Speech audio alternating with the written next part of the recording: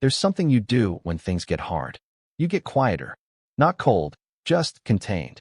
You figure out the next step and the step after that, and somewhere in the middle of all that figuring, the problem either shrinks or you just get used to carrying it.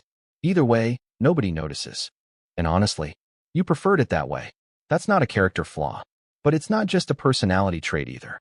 Here's the thing most people miss when they look at someone like you. They see composure and assume comfort.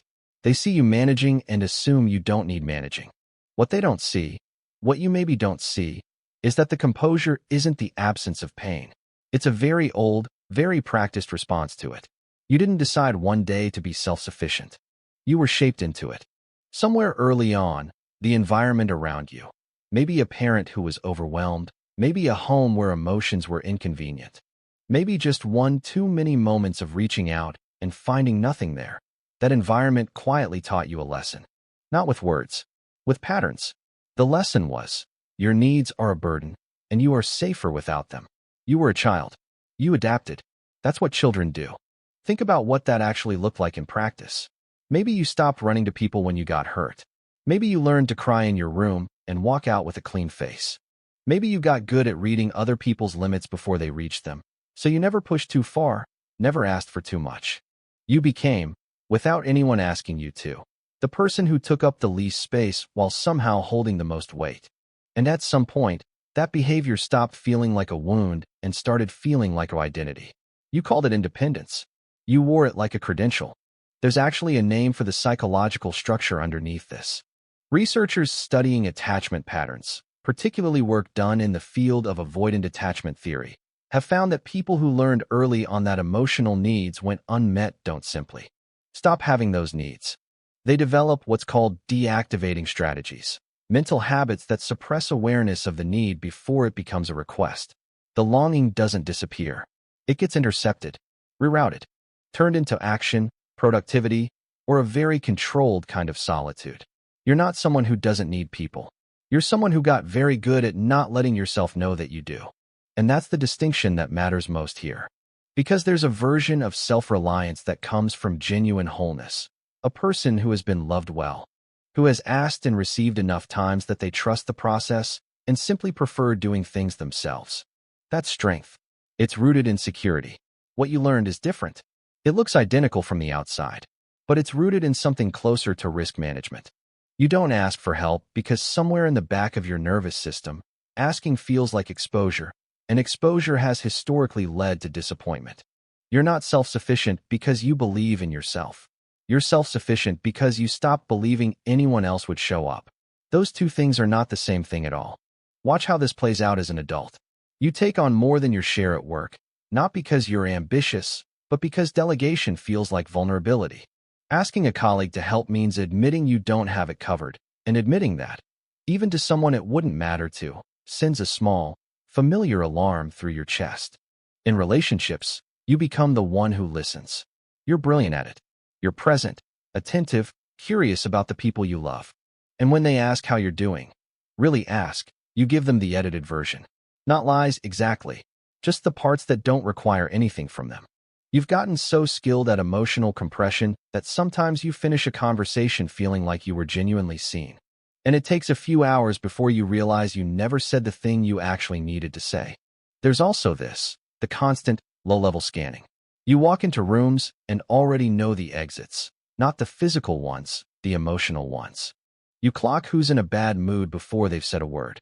You calibrate your needs down to whatever the current environment can hold, which is usually very little, because you assume very little. You are perpetually monitoring, perpetually adjusting. And because you're good at it, people around you have no idea how much cognitive and emotional labor it takes just for you to feel safe in an ordinary Tuesday. That's the part that hollows you out. It's not dramatic.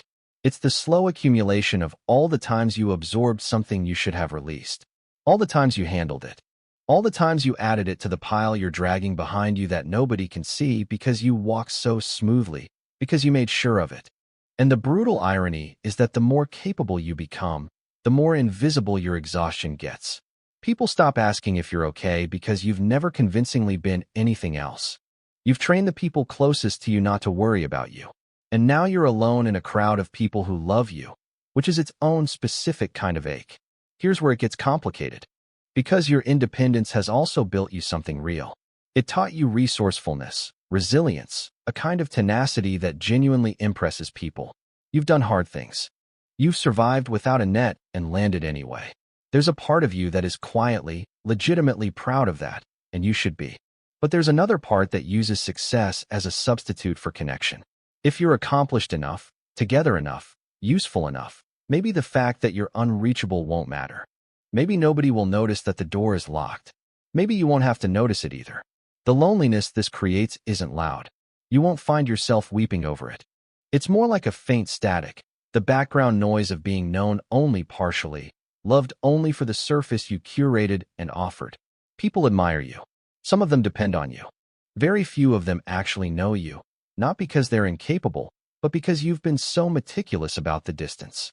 And what I want to say to you, gently, carefully, is that this isolation isn't the cost of being strong. It's the cost of an old protection that kept you safe once and is now keeping you small. There's something to grieve in that. The version of you who needed help and didn't get it. The child who adapted so well that the adults in the room never had to confront what they weren't giving. The years of becoming fluent in a language of solitude you never wanted to speak. That deserves acknowledgement. Not performance, not pity, just the honest recognition that something was asked of you that wasn't fair to ask. The reframe isn't that asking for help makes you strong. That framing is too neat, too motivational poster. The actual shift is quieter than that. It's recognizing that needing things from people isn't a design flaw you have to overcome. It's the whole architecture of what it means to be human. Every person you admire for their openness, their ease in receiving, they didn't arrive there naturally. They got there because something or someone eventually made it feel safe enough to try. You haven't been deficient. You've been deprived of the conditions that make it feel possible. And conditions can change. Slowly, imperfectly, but they can change. So here's what I want to leave you with. Somewhere today, something was hard, and you handled it alone. You probably didn't think twice about it. But what if, just once, you noticed the moment before you closed the door, that small, early moment when help was an option, and you stayed in it a little longer? Not forced yourself to ask. Just let yourself notice that the moment existed. That's not weakness. That's the very first thing. If something in this felt familiar in a way you haven't named before, this channel is a quiet place to keep thinking about it. Stick around.